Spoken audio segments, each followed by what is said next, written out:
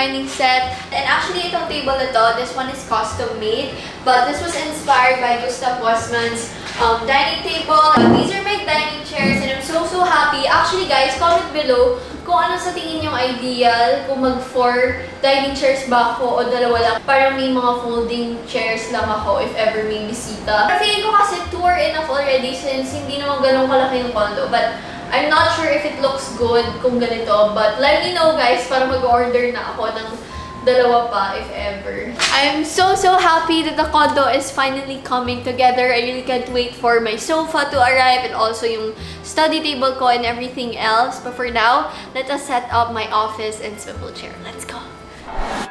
Ladies and gentlemen, Maxwell Landry and the Ceramics. Oh baby, first take it through and you roll out the crust. While we're working on the lattice, I'm my butter, yeah. You mix the berries and the sugar into a pot. Don't you worry, baby, I got sugar for you. You just believe me, it'll turn out fine when we're making blackberry pie.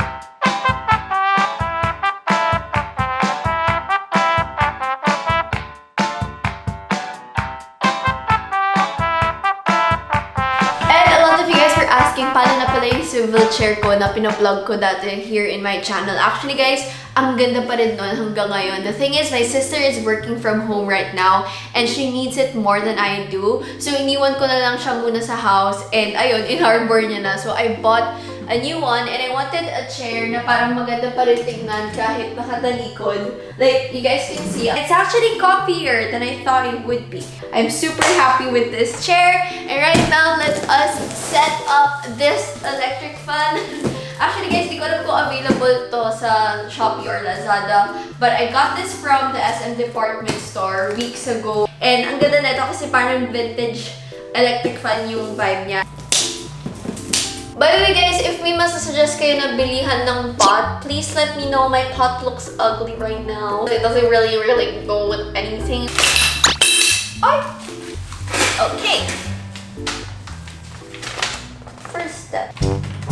This is... Oh my gosh!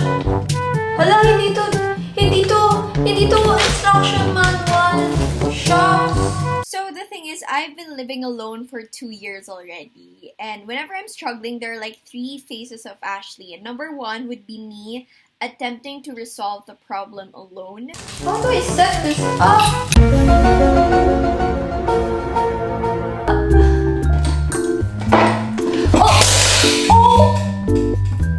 Oh my goodness, are you okay? Please live. My gosh, my IQ being tested. Number 2 would be going to Google and searching anything that I am struggling with. I think I have to Google. Wait, hang on. How to set up a brick pan. YouTube is the key. Wala yung mga sis. And then number 3 would be calling my man for any inconvenience that is happening in my life right now. Let's call Sean. I don't know. Oh, there's no answer. No, he's playing. Baby, keep it to yourself. I don't wanna know. I don't even have a screwdriver for this one because you have to like screw this part. Ayan na, tumawag na si Sean. Baby. Aww. Hindi ko siya mag-gets. Di ba usually ang electric fan, parang may pan-lock siya here. Yung ditong part, walang ganun. Tapos wala rin akong screwdriver. Kaya naisip ko pag nandito ka na lang. Sige. Eh di unbox ko na lang kunyari. Yun yung ginawa ko. Say hi to the vlog. Oh. So most likely it's gonna look like this, guys. Thumbnail, fail electric fan.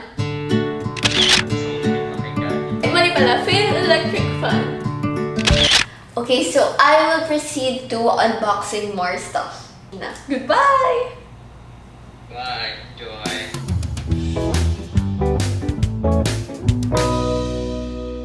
Alright, let's do a quick haul.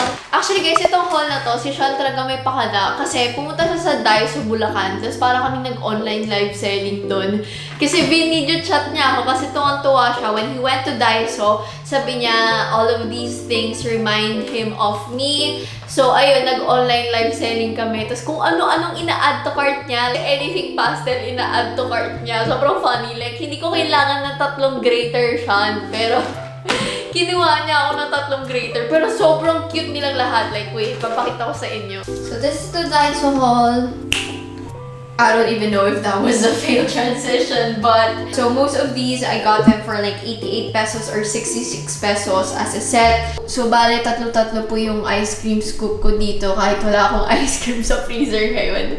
Tapos may dalawang thong. Ayan, sobrang cute ng colors nila. Actually, this one is my favorite. Ang ganda. Tatlo-tatlo yung blade niya. Like, first time ko makakita ng ganitong scissors And I also got this towel, super cute. I got these sa SM. I was so surprised na ang gaganda rin ng mga stuff sa SM. What is this one? Oh, so cute! Guys, invited na po kayong lahat dito sa condo na to. Ang dami ko mga plato. Hindi kasi may mga binili na ako nung nakaraan sa Trinoma and why am I buying stuff? Yun yung problem sa akin though. Like, I have hoarding problems. Okay, so I got like yung mga cream colored pumps. One for my dishwashing soap, hand soap sa kitchen, and then hand soap sa CR. These ones are like for 399 pesos each. Itong mga plates na to, ang price, nasa 49 pesos each. Ang 39 pesos. For 349, lalagyan na ng mga toothbrush. Super cute ng trash can ko. Kasi may trash can na ako. Okay, sige, kailangan natin. This one's for 549. This one is for 199. Yung mga soap dish. Ito, lalagyan na ng rice or pasta. Sobrang sarap sa ice. I'm so proud of this haul. Oh my goodness, you guys. This haul looks so pretty. Look at this. So nice. Yay. Di pa ba puno? Oh no, oh no, oh no. Oh no, sayang. Wait, I will wash my hands. Okay, hindi na sayang. Ang hassle maging Ashley. Kainit. Parang tagal mapuno. Oh, there. Oh, shoot. Oh no. Later na yun. Sige na nga ng tissue. Growing up, I really have like poor motor coordination. Oh, shucks. Skills, like, sobrang clumsy ko talaga. Bata pa lang ako. And I hate it. Let's put this in the kitchen and CR.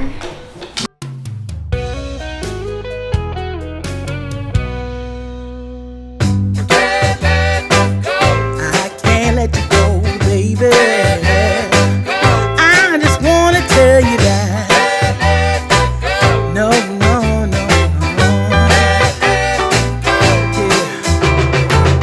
All of my friends say, girl, you better take care.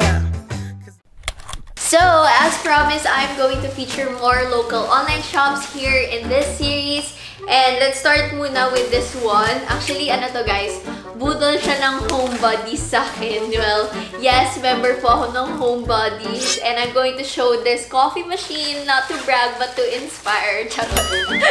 And ito guys, galing pa siyang Dubai talaga. And fortunately, the owner of this shop, like where I bought this coffee machine, was a subscriber. So, sobrang happy ko na parang nakampante ako na talagang mabibigay na sa akin yung coffee machine na to. Kasi ang ganda niya talaga guys, is ang affordable pa. Meron siyang IKEA wrapper. Actually guys, sabi ng prof ko, it's IKEA, something like that. I'm so excited na mag-open na sila.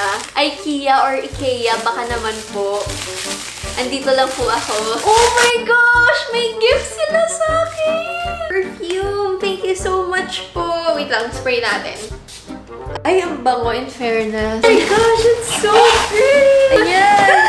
Meron pa sila isang freebie. Sobrang dami freebies. Ayan guys, hulaan niyo po kung ano to. Letter A, tabo.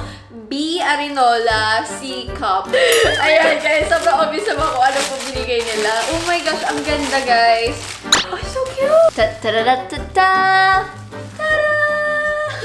You guys, finally, I have the Noon East coffee machine in the color mint. Hindi ko pa alam kung paano ito gamitin, but most likely, it will look like this. And again, this one is only for 3,500. I think that's quite affordable for a coffee machine already. And ang ganda ng kulay niya, guys. Kung ano yung tsura niya sa picture, ganun na ganun. And it looks high quality naman.